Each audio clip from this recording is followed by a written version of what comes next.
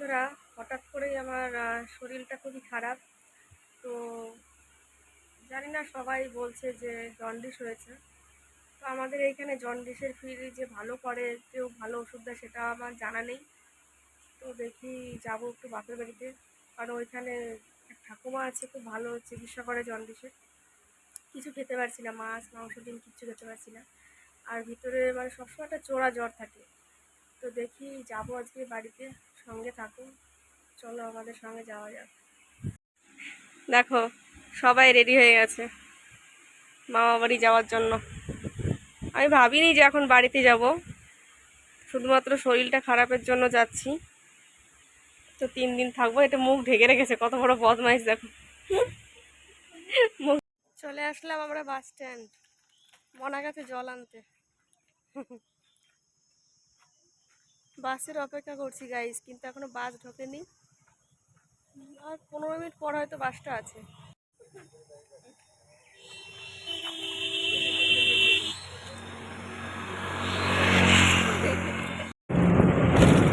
Ajay bridge, পড়লাম রাজবাঁধে আছি।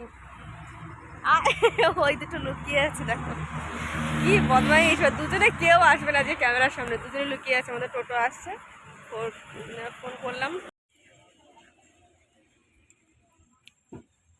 পাখি আইসক্রিম খাচ্ছে দেখো। আমরা পানাগড় রেল স্টেশনে দাঁড়িয়ে আছি।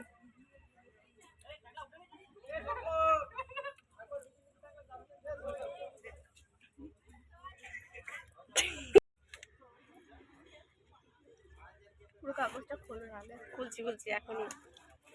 আমরা স্টেশনে আটকা পড়ে গেছি গাইস। বন্ধুরা দেখো, এমনিতেই দুপুরবেলা বেরিয়েছি, তারপরে মধ্যে রেল স্টেশনে গেট দেখো। দেখো এই এখনো মোটামুটি আধ ঘন্টা ধরে এখানে দাঁড়িয়ে আছি, খুলছে না। যা রোদ্দুর, আর কতক্ষণ ওয়েট করবো তাই ভাবছি। সবাই ওরকম ভাবেই পেরিয়ে যাচ্ছে, দেখো অবস্থা। দুজনে ছাওয়াতে চলে গেছে। ছাওয়াতে ঢোক, রোদ্দুরে দাঁড়িয়েছিস কেন? যা। কি ওখানে? যাস না। তোমরা গেছিলে তো এখানে, যাও কেন? সব তোমরাই বলো, চলে গেল ওইদিকে। এই ট্রেন যাচ্ছে, তার জন্য ওয়েট করেছি। আয় পাখি, আয় বস, আয় পাখি এদিকে বস। দেখো রোদ্দুরে দাঁড়িয়ে আছে।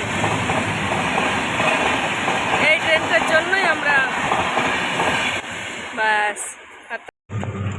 এই ব্রিজটার সঙ্গে বন্ধুরা দেখো, আমার অনেকদিন পর সাক্ষাৎ।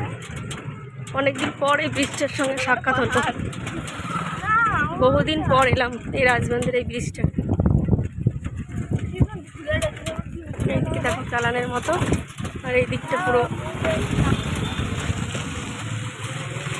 অনেকটা উঁচু নিচু। এত লড়ছে দেখো, এই রাস্তাটা অনেকটা উঁচু, অনেকটাই। নদীটাও চলে এসছে। আর এই যে হচ্ছে সরুপাড়া ব্রিজ, এইটা এই রাস্তাটা। চান করতে দিতে ভালো হতো। এইখানটা এলে অনেকটা ভয়ের মধ্যেই থাকি, কারণ এইখানটা পরে বলবো বুঝিয়ে।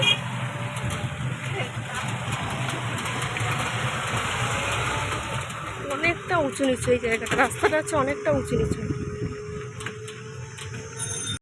সো গাইস, এইবারে দেখো খেজুর বাগানটা দেখো।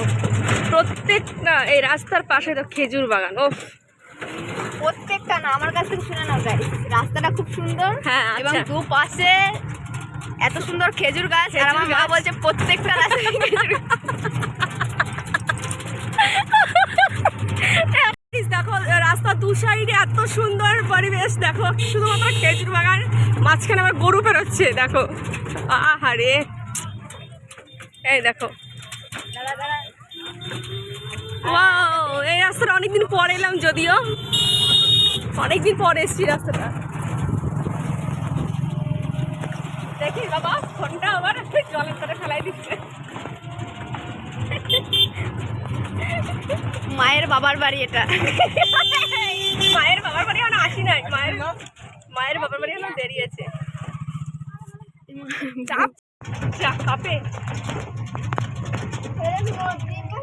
নদী এই পথ যদি না শেষ হয় তবে কেমন হতো বন্ধুরা বলো তো। দেখো কত সুন্দর জায়গা, এটা হচ্ছে আমাদের নদীও বলা যায়, কিংবা হ্যাঁ নদী, এটা আমাদের ছোট্টখাটো একটা নদী, সামনে দামোদর নদী। ওই বাগানটা পেরিয়ে পুরোটাই নদী এটা থেকে হ্যাঁ আমাদের এটা পুরোটাই হচ্ছে দামোদর চর। রাস্তাটা দেখো জাস্ট অসাধারণ, আর অসাধারণ মানে অসাধারণ রাস্তা। এই রাস্তাটাই আমাদের কাছে প্রিয়, কারণ এই রাস্তাটাই আমরা অভ্যস্ত। কিছু কিছু স্মৃতি আমার মায়ের জড়িয়ে আছে এই রাস্তায়। কিছু স্মৃতি ছোটবেলা থেকে সব স্মৃতি, সব স্মৃতি। আমার বাবাই ধরে এনে বসে রয়েছে, আর বাবা এখানে বসে রয়েছে, ওই যে নদীটাতে পেরোলাম, ওই নদীতে মাছ হচ্ছে। দুই নাতনি মিলে সাইকেল করে যাব, সাইকেল করে যাবে দুজনে মিলে। এ কাজু বাদাম খাবে, এখন নয় বাবা, শেষ হয়ে গেছে কাজু বাদাম। আমার বাবা দেখো এখানে বসে রয়েছে আমাদের জন্য, মাছ ধরছে, দেখেছো?